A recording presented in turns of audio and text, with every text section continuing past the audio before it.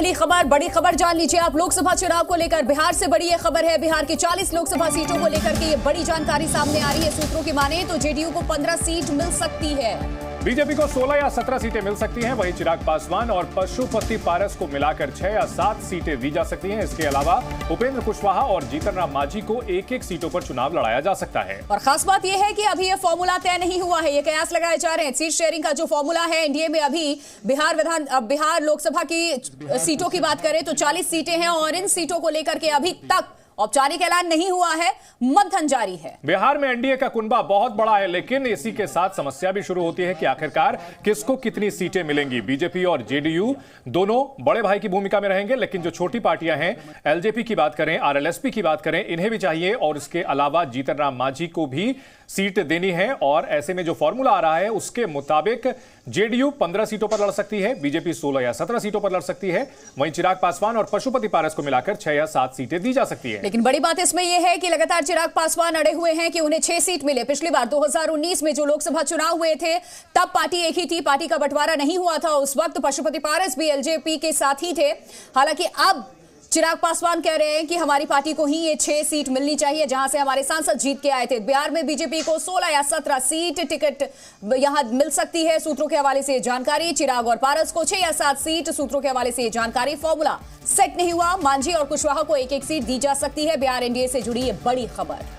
उधर आईएनडीआईए की ओर से भी चिराग पासवान को लुभाने की लगातार कोशिशें की जा रही हैं और इन सब के बीच बिहार में टिकट बंटवारे को लेकर के एनडीए की जो जानकारी मिल रही है उस पर ज्यादा जानकारी के लिए रवि त्रिपाठी हमारे साथ जुड़ गए हैं। रवि के पास हम जाएंगे, उनसे हम जानकारी लेंगे कि आखिरकार बिहार में कौन सा मामला सेट हुआ है, कौन सा फॉर्मूला सेट हुआ है। बिहार एनडीए से जुड़ी बड़ी खबर, 15 सीटों पर जेडीयू लड़ सकती है, 16 या 17 सीटों पर बीजेपी लड़ सकती है। हालांकि आपको बता दें कि बीजेपी और जेडीयू को लेकर के फॉर्मूला लगभग सेट हो चुका है, लेकिन जो पेच है वो फंसा हुआ है एलजेपी को लेकर के, जीतन राम मांझी को लेकर के, उपेंद्र कुशवाहा को लेकर के।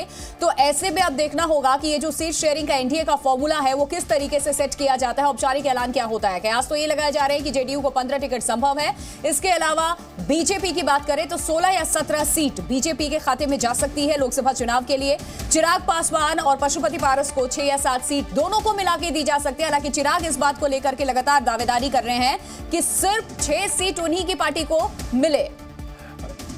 हमारे दो सहयोगी हमारे साथ जुड़ चुके हैं इस बड़ी खबर पर। रवि त्रिपाठी और रविंद्र कुमार हमारे साथ जुड़ चुके हैं। रविंद्र, जो फॉर्मूला अभी तक जानकारी मिल रही है उसके मुताबिक 15 सीटों पर जेडीयू, 16 या 17 सीटों पर बीजेपी और अगर एलजेपी की बात की जाए तो 6 से 7 सीटें। क्या इसे तय माना जाए और अगर पेच फंस रहा है तो कहां फंस रहा है? देखिए, पेच अगर फंस रहा है तो सिर्फ और सिर्फ कह सकते हैं कि हाजीपुर सीट पर फंस रहा है। उपेंद्र कुशवाहा के काराकाट सीट पर फंस रहा है। ये 2 ऐसी सीटें हैं जहां पर एनडीए के बीच में, खासकर जो घटक दल हैं उनके बीच में चिराग पासवान और पशुपति पारस या उपेंद्र कुशवाहा, चूंकि उपेंद्र कुशवाहा काराकाट से पहले जीते हुए थे, वो चाहते हैं कि 2 सीटें मिले जिसमें काराकाट भी हो, लेकिन जेडीयू काराकाट किसी भी सूरत में देने को तैयार नहीं है। इसलिए समस्तीपुर, जहाँ पर पिछली बार जो 2019 का चुनाव हुआ था, बीजेपी का ही जो कार्यकर्ता है वो जदयू के सीट पर, जदयू के टिकट पर चुनाव लड़ा था। तो जदयू का कहना है कि वो सीट आप उपेंद्र कुशवाहा के दे दीजिए, मुझे कोई एतराज नहीं है। तो ऐसे में जदयू से बहुत ज़्यादा परेशानी नहीं है। 17 सीटें लड़ी थी, 1 सीटें हारी थी, 16 जीती थी। ऐसे में 15 या 16 पर उनका बात होना तय है।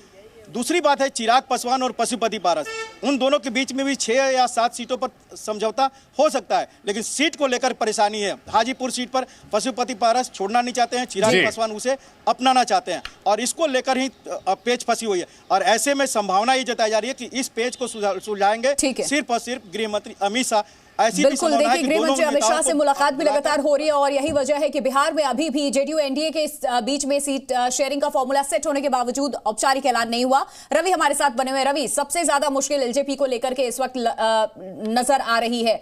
चिराग पासवान जो 6 सीट की दावेदारी शुरू से करते आए हैं, क्या वो कॉम्प्रोमाइजिंग सिचुएशन में है बिहार में?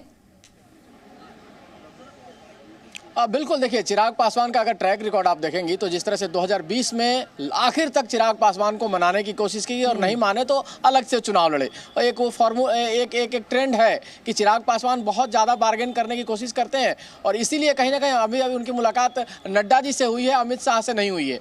अमित शाह से मुलाकात तभी होगी जब डील फाइनल हो जाएगा। ये रविंदर बेहतर बताएंगे कि जब ये मान लिया जाएगा कि चिराग पासवान मान गए हैं कि 2 सीट या 3 सीट हाजीपुर को लेकर में चीज़ें फाइनल हो जाएंगी, तब जाकर अमित शाह से मुलाकात होगी। जी। और इसी बात को लेकर कहीं ना कहीं मामला डिले हो रहा है। और देखिए, चिराग पासवान जानते हैं कि उनका जनाधार है, बट वो भी ये भी जानते हैं कि जब तक बीजेपी के साथ मिलकर नहीं लड़ेंगे तो उनके जनाधार का कोई मतलब नहीं है। 2020 का रिजल्ट उनको ये बता चुका है। ठीक है। एक भी सीट और रवि, आप बने रहे हमारे साथ।